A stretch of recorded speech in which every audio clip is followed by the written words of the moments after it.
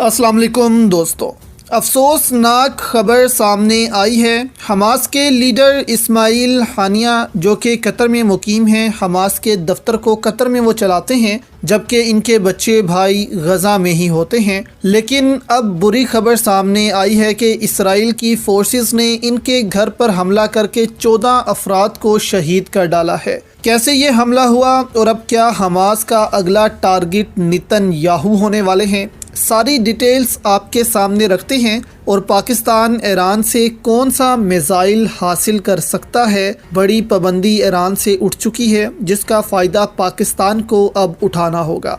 Details में आगे बढ़ने से पहले दोस्तों इस वीडियो को लाइक भी करें। फ़लस्तीन की दोस्तों जो मेडिकल सोर्स है उनके पास ये डाटा आया है कि हमास के लीडर की फैमिली के 14 अफराद मारे जा चुके हैं इस एयर स्ट्राइक में जो इसराइल की जानिब से हुई। शेख रदवान इलाके के आसपास उनका घर था जिस पर इसराइल की जानिब से हमला किया गया। अभी 14 में से उनके भाई और भतीजे की शनाख्त हो चुकी है कि वो शहीद हो चुके हैं। बाकी 14 में से कौन कौन है पता लगाया जा रहा है।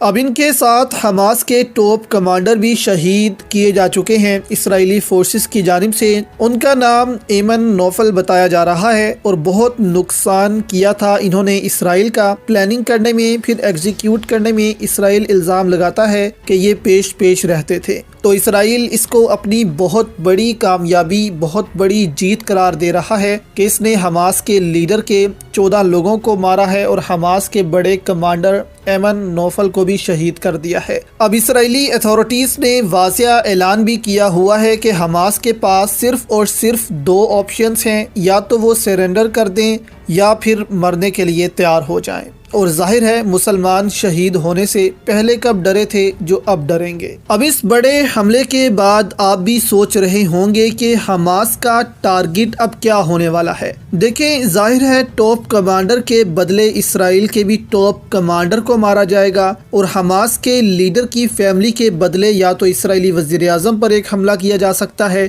या फिर इसका जवाब इसराइली आर्मी चीफ की फैमिली को देना पड़ेगा, क्योंकि अरब ममालिक में ऐसे नुकसान का जवाब इसी लेवल पर दिया जाता है। अब नई अपडेट आपके सामने यहाँ पर रखें तो कहा जा रहा है कि अमरीकी सदर से इसराइली अथॉरिटीज ने कहा है कि ये जंग लंबी चलने वाली है, इसको छोटी जंग ना समझें कि ये कोई छोटी मोटी झड़प है।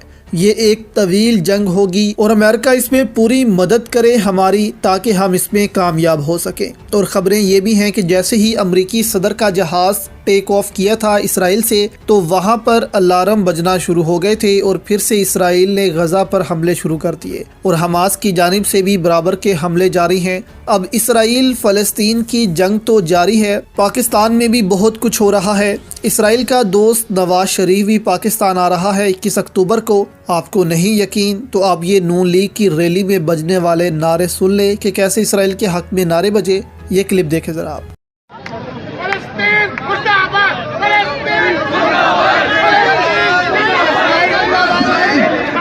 तो नून लीग दोस्तों ऐसी जमात है जिसमें ज़्यादातर लोग पढ़े लिखे नहीं होते, बंदे किराए पर ले आते हैं जिनको पता भी नहीं कि हमने फ़लस्तीन के हक़ में नारे लगाने हैं या इसराइल के हक़ में। यहाँ पर इसराइल के हक़ में ही नारे लगते रहे और फ़लस्तीन मुर्दाबाद लोग कहते रहे। अब ये वीडियो दोस्तों जब जाएगी इंटरनेशनल मीडिया पे तो कैसे पाकिस्तानियों का मजाक बनेगा। इस्लामी ममालिक में जाएगी, वहाँ के लोग पाकिस्तान का मजाक उड़ाएंगे कि ये कैसे नारे लगा रहे हैं पाकिस्तान में। तो इस किस्म के ये लोग हैं, इनको पाकिस्तान या मुस्लिम दुनिया से कुछ लेना देना नहीं, बस सिर्फ अपने मुफादात के चक्कर में ये रहते हैं। अब दूसरी जानिब ये खबर आप देखें कि ईरान पर से बहुत बड़ी पाबंदी ख़त्म हो गई है जो यूनाइटेड नेशन की जानिब से ईरान पर आयद की गई थी कि ना तो वो किसी दूसरे मुल्क से असला ख़रीद सकता था और ना ही किसी दूसरे मुल्क को वो असला बेच सकता था। इसी पाबंदी ने ईरान को इस कदर ताकतवर बना दिया और ईरान ने हर किस्म का हथियार खुद अपने मुल्क में तैयार किया,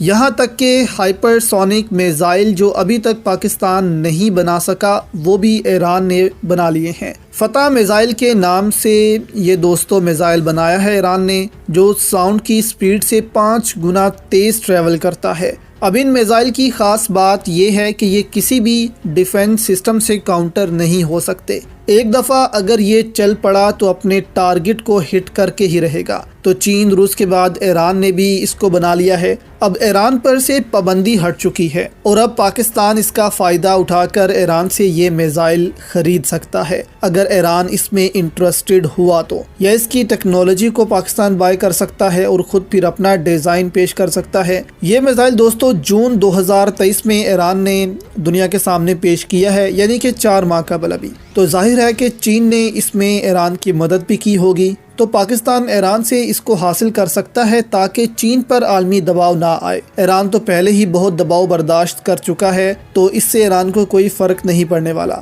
اس لیے بھارت کے S-400 کے مقابلے میں پاکستان کو اب ہائپر سونک میزائل چاہیے تاکہ طاقت کا توازن خطے میں برابر رہے، اور بھارت جس بھی قسم کی دہشت گردی پاکستان میں پھیلانے کی کوشش کرے، پاکستان اس کا جواب بھارت کو ضرور دے۔ تو آپ کی اس پر دوستو کیا رائے ہے کہ پاکستان کو یہ ٹیکنالوجی حاصل کرنی چاہیے یا نہیں؟ اپنی رائے ہمیں نیچے ضرور دیجیے گا۔